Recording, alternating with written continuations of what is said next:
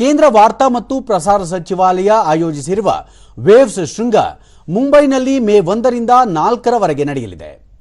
ಮನರಂಜನಾ ವಲಯದ ವಿವಿಧ ರಾಜ್ಯಗಳ ಆಸಕ್ತರಿಗೆ, ಸೃಜನಶೀಲರಿಗೆ ಹೊಸ ವೇದಿಕೆ ಒದಗಿಸುವ ಅವಕಾಶ ಇದಾಗಿದ್ದು, ಕರ್ನಾಟಕ ಸೇರಿದಂತೆ ಭಾರತೀಯ ಚಿತ್ರರಂಗದ ಹಲವು ಗಣ್ಯರು ಹಾಗೂ ಪ್ರತಿಭಾವಂತರು ವೇವ್ಸ್ ಶೃಂಗಸಭೆಯಲ್ಲಿ ಭಾಗಿಯಾಗಲಿದ್ದಾರೆ.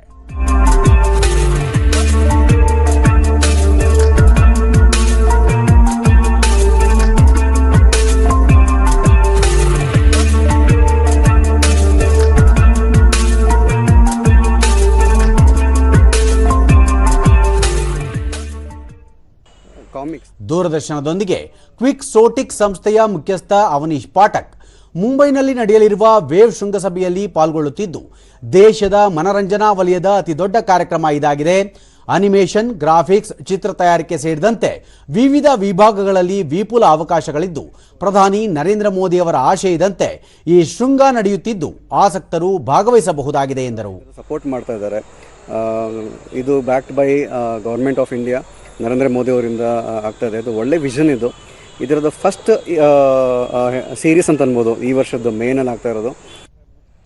ಝೀಬು ಅನಿಮೇಷನ್ ಸ್ಟುಡಿಯೋಸ್ನ ಕಂಪ್ಯೂಟರ್ ಗ್ರಾಫಿಕ್ಸ್ ಮೇಲ್ವಿಚಾರಕ ರಕ್ಷಿತ್ ಹೊಸಕೋಟೆ ಅಂತಾರಾಷ್ಟ್ರೀಯ ಮಟ್ಟದಲ್ಲಿ ಗಮನ ಸೆಳೆಯಲಿರುವ ವಿಶ್ವ ಧ್ವನಿ, ದೃಶ್ಯ ಮತ್ತು ಮನರಂಜನಾ ಶೃಂಗಸಭೆಯನ್ನು ಆಯೋಜಿಸಿರುವುದು ಅಭಿನಂದನಾರ್ಹ. ಸೃಜನಶೀಲರು, ಕಥೆದಾರರು, ಕತೆ ನಿರೂಪಣೆ ಮಾಡುವವರು ಸೇರಿದಂತೆ ಆಸಕ್ತರಿಗೆ ಉತ್ತಮ ವೇದಿಕೆ ಇದಾಗಲಿದೆ ಎಂದು ಅಭಿಪ್ರಾಯಪಟ್ಟರು.